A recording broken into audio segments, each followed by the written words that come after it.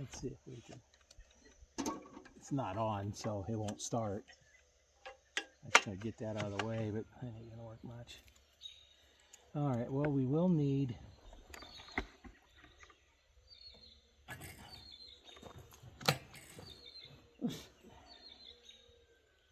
that.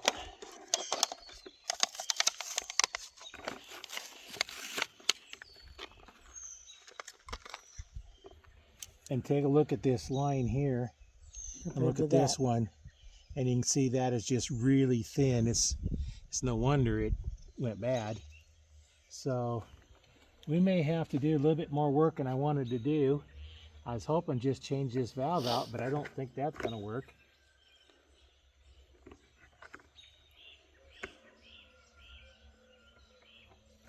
I hear a bumblebee. Yep. Right back over here. Look at him. He's down in the logs. Yep. He won't hurt nothing. As long as you don't bug him right in front of your face. As long as you leave him alone. Yep. You ain't gonna Found a bother dead you. one on the van. Yeah. Caught on the wiper. I never even saw him before. Now you're gonna have to cut it in half, ain't you? Oh yeah, I'll have to do some cutting. First I gotta unwrap it. And see that? Yeah. And let's see. Maybe the valve isn't bad at all. It's the Yeah, hose. I'm thinking that might be the case. Yep. But that might be. Looks the same. Yeah, let's see. All right, I think we're going to have to get some tools.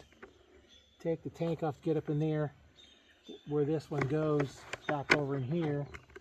So we're going to take all this off. So we're going to need to get a few more tools, and I was hoping we was going to need just to pull those off, switch it. But okay, I think we're going to go ahead and drain the gas out. I've got this set up here where I've got the can, I got a little funnel there, and then I have the vice grips. I'm going to take the vice grips off and go ahead and let it drain.